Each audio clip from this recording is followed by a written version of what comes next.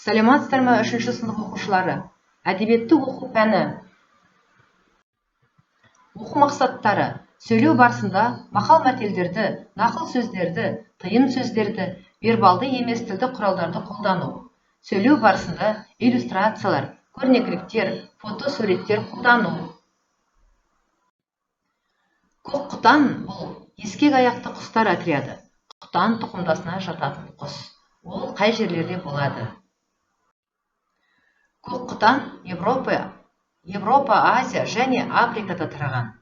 Қазақстанда Сырдария алабында, Шу-Іле тауларында, Балқаш, Алакөл қазан шұңқырында, Зайсан көлінде, Қара Ертіс өзенінде, Каспийдің солтүстігінде, негізінен далалық жерлерде кездеседі.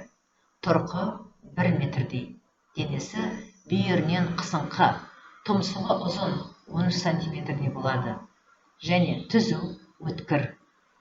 Аяқтары да ұзын, желкесінде қауырсында қара айдары бар. Арқасы, бүйірі сұр, бауыры, мойны, басы ақ, бірақ мойнында қара дағы болады.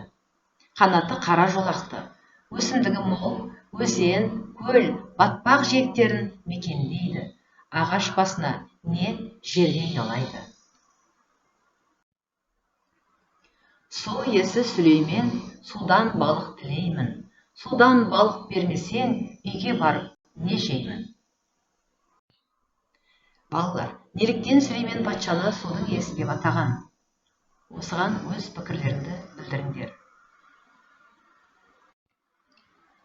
Ол Сүлеймен патша туралы түсінікті болу үшін оқулықпен жұмыс жасаймыз. Көк құтанның ақылы деген мәтінді жақсылап түсініп оқуға тырысайық. Және болғаннан кейін балалар, мына тыйым сөздердің жалғасын табыңдар. Дәптерлерімізге жазамыз. Керекті сөздер астында берілген.